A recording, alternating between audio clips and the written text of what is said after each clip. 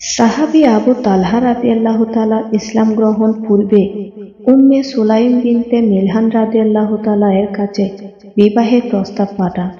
উম্মে সুলাইম রাদিয়াল্লাহু তাআলা নাকচ করে দেন। আবু তালহা তখন তাকে অনেক বেশি মোহর দেওয়ার প্রস্তাব করেন। উম্মে সুলাইম রাদিয়াল্লাহু তাআলা বলেন, আমি একজন মুশরিককে বিবাহ করতে পারি না। আবু তালহা, তুমি যার ইবাদত করো তার প্রতিকৃতিতে বানাই অমুক গোত্রের এক দাস। যদি তুমি তাকে আগুন দাও তবে তার সঙ্গে সঙ্গে জ্বলে যাবে। আবু তালহা রাদিয়াল্লাহু তাআলা তাতে বেশ কষ্ট পেলেন। তিনি তাকে আরো বেশি পরিমাণ মোহর দেওয়ার প্রস্তাব পেশ করলেন। আশা ছিল হয়তো এবার উম্মে সুলাইমের অন্তর বিগলিত হবে এবং তিনি বিয়ে করার জন্য প্রস্তুত হবেন। কিন্তু উম্মে সুলাইম রাদিয়াল্লাহু তাআলা অত্যন্ত বিনম্র চিত্রে বললেন, আবু তালহা, তোমার মতো পুরুষকে কোনো নারী প্রত্যাখ্যান করতে পারে না। কিন্তু তুমি অমুসলমান আর আমি মুসলমান, আমার জন্য তোমার সঙ্গে বিবাহ বৈধ নয়। আবু তালহা রাদিয়াল্লাহু তাআলা বললেন, আমি তোমাকে সোনা রূপা দিয়ে সন্তুষ্ট রাখব। উম্মে সুলাইম রাদিয়াল্লাহু তাআলা তাতে রাজি হলেন না, কারণ তার কাছে পৃথিবীর সবচেয়ে মূল্যবান সম্পদ ইসলাম। তিনি বললেন, আমার সোনা গয়নার প্রয়োজন নেই, আমি চাই তুমি ইসলাম কবুল করো। আবু তালহা রাদিয়াল্লাহু তাআলা বললেন, এই ব্যাপারে আমি কার সঙ্গে কথা বলবো? উম্মে সুলাইম রাদিয়াল্লাহু তাআলা বললেন, রাসূল সাল্লাল্লাহু আলাইহি সাল্লাম এর সঙ্গে কথা বলো।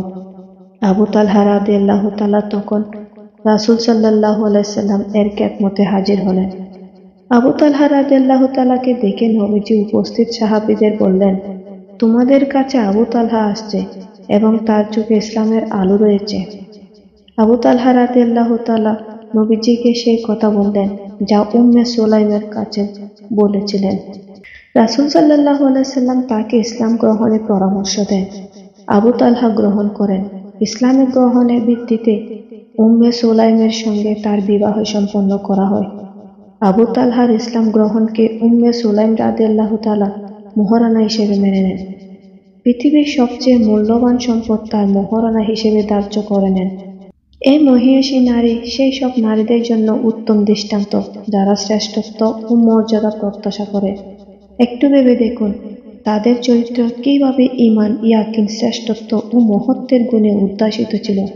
তারা মহান প্রতিপালকের কাছে কি পরিমাণ মর্যাদা, সম্মান, সওয়াব ও প্রতিদানের উপযুক্ত ছিলেন। তারা নিজেদের পেছনে কত প্রশংসিত স্মৃতি রেখে গেছেন, কত মহান ও শ্রেষ্ঠ সওয়াব ও প্রতিদান তারা অর্জন করেছেন, কারণ তারা আপন প্রতিপালকের সঙ্গে, নিজের সত্তার সঙ্গে এবং মানুষের সঙ্গে নিষ্ঠাবান ও সৎ ছিলেন। যেদিন সত্যবাদীদের সততা তাদের উপকারে পৌঁছাবে, সেদিন তাদের জন্য রয়েছে জান্নাতের সুসংবাদ, যেখানে তারা চিরদিনের জন্য অবস্থান করবে। তারা তাদের মহান সফলতা নিজ চোখে দেখতে পাবে।